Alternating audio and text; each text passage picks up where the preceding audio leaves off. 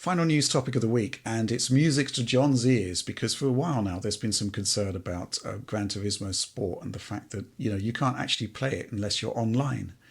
And it has been revealed, Polyphony Digital has allegedly confirmed that there will be a final patch that basically allows for the game to be run offline. And you didn't really see this coming, right, John? You were fearing the No. worst.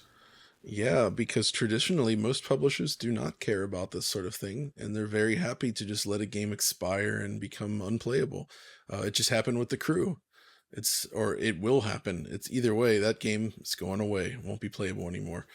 Uh, and it was so GT Sport has offline capability, but you couldn't actually save your game or really do anything in there. There was no real progression that was possible, making it basically unplayable without the servers.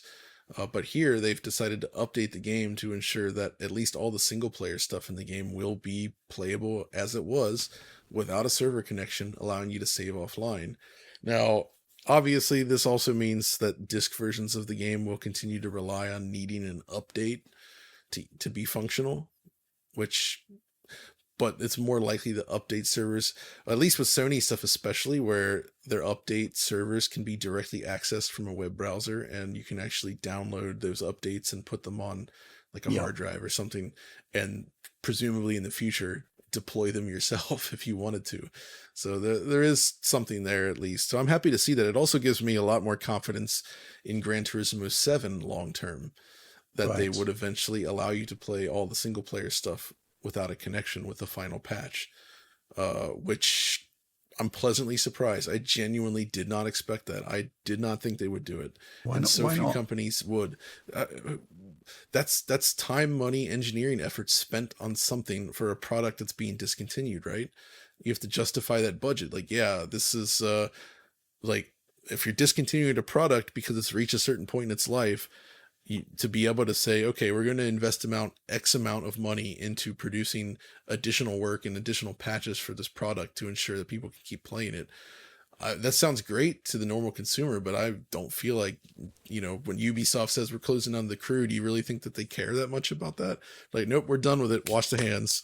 You know, that's the feeling I get. Higher ups would be unwilling to spend that money.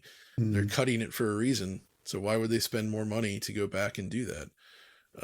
Is the feeling I get. I don't know internally what those look like. Maybe there are people fighting for this stuff and this one just happened to get through. Hmm. But we've not really seen it before. Not Okay. like this. So we wanted to highlight it because it is an example of actual good behavior on that front.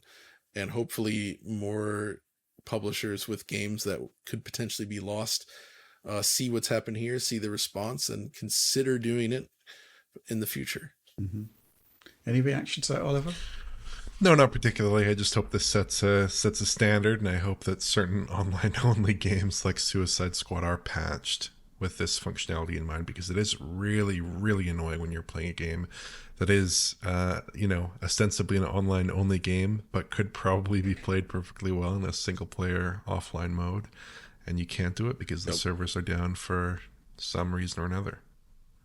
Yeah, yeah. I'm reminded of that whole thing that happened with the Matrix Awakens. Do you remember that, Oliver? Oh yeah, that was a slight panic over that. But it turned out okay in the Yeah, end. essentially, I mean, it is an entirely offline experience. There's no need whatsoever for an online check. And basically, there was a fault with the servers, right? So you couldn't actually load this really important part of Unreal Engine 5 history anymore. Just didn't work on any system for no good reason.